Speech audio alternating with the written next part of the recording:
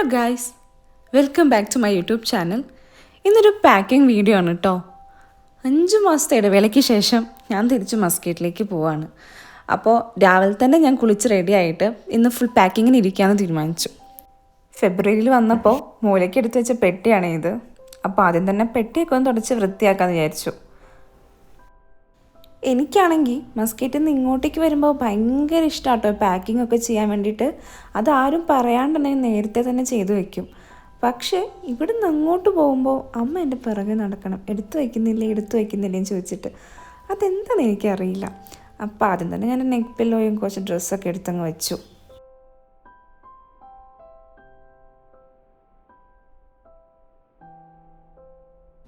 പിന്നെ എൻ്റെ bag pack ചെയ്തു. അതിനകത്തേക്കാണെങ്കിൽ എൻ്റെ ലാപ്ടോപ്പ് ബാഗായിരുന്നു. ലാപ്ടോപ്പും പിന്നെ അല്ലറ ചില്ലറ സാധനങ്ങളും പാസ്പോർട്ടും ഹെഡ്സെറ്റും അങ്ങനത്തെ കുറച്ച് കാര്യങ്ങളൊക്കെ അതിനകത്ത് തന്നെ എടുത്തു വെച്ചിരുന്നു കേട്ടോ. എന്നോട് പറഞ്ഞു മടുത്തിട്ട് അമ്മ തന്നെ എൻ്റെ കുറേ ഡ്രസ്സ് മടക്കി വെച്ചിരുന്നു. അപ്പോൾ ഞാനത് അപ്പുറത്തെ റൂമിൽ നിന്ന് ഇങ്ങോട്ട് എടുത്തുകൊണ്ട് വന്ന് പാക്ക് ചെയ്യാൻ വേണ്ടിയിട്ട് എൻ്റെ റൂമിൽ തന്നെ കൊണ്ടുവച്ചു കേട്ടോ. പക്ഷേ ഇതിനിടയ്ക്ക് ഞാൻ ടൗൺ വരെ പോയി. എനിക്ക് കുറച്ചും കൂടി സാധനം മേടിക്കാനുണ്ടായിരുന്നു. അപ്പോൾ അതെല്ലാം മേടിച്ചിട്ട് വന്നു. പിന്നെ അങ്ങോട്ട് എന്നെ പാക്കിങ്ങിന് സഹായിച്ചത് അമ്മയും ശ്രീകുട്ടനും കൂടിയായിരുന്നേ. അവരെന്നെയാണ് എല്ലാ ഭൂരിഭാഗം സാധനങ്ങളും ഒക്കെ സെറ്റ് ചെയ്ത് വെച്ചിരുന്നത്. എനിക്ക് ഏറ്റവും കൂടുതൽ കൊണ്ടുപോകാൻ ഡ്രസ്സായിരുന്നു ഉണ്ടായിരുന്നത്. പിന്നെ എല്ലാ പ്രവാസികളുടെ പെട്ടികളിലുള്ള പോലെ തന്നെ അച്ചാറും മിച്ചറും ചക്ക വറുത്തതും ഒക്കെ ഉണ്ടായിരുന്നു.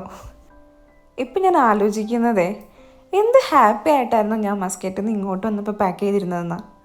പക്ഷെ അങ്ങോട്ട് പോകുമ്പോൾ എനിക്ക് ആ ഒരു സന്തോഷമില്ല കേട്ടോ. പിന്നെ ആകെയുള്ള സന്തോഷം അച്ഛൻ്റെ അടുത്തേക്കാണല്ലോ പോകുന്നതെന്നുള്ളതാണ്. പിന്നെ എല്ലാ പെട്ടി പാക്കിങ്ങിലും ഏറ്റവും ക്രൂഷ്യലായിട്ടുള്ള മൊമെൻറ്റാണ് എൻ്റെ വെയിറ്റ് ചെക്ക് ചെയ്യുന്നത്. എനിക്കാണെങ്കിൽ 30 kg ലഗേജിലും 7 kg ഹാൻഡ് ലഗേജ് ആയിട്ട് കൊണ്ടുപോകാൻ പറ്റുന്നുണ്ടായിരുന്നുള്ളൂ. അപ്പോൾ എല്ലാം കറക്റ്റ് തന്നെയായിരുന്നു കേട്ടോ. പിന്നെ എൻ്റെ ഒരു ബോട്ടിലും കൂടി എടുത്ത് വയ്ക്കാനുണ്ടായിരുന്നു. അപ്പോൾ ഞാനതെൻ്റെ ബാഗിലേക്ക് അങ്ങ് എടുത്തു വെച്ചു. അപ്പോൾ ഫൈനലി എൻ്റെ 3 ബാഗും സെറ്റായിട്ടുണ്ട്. അപ്പോൾ ഇനി ഞാൻ മസ്കറ്റിൽ പോയിട്ട് കാണാം. അപ്പോൾ ചാച്ചാ ബൈ ബൈ, സീ യു.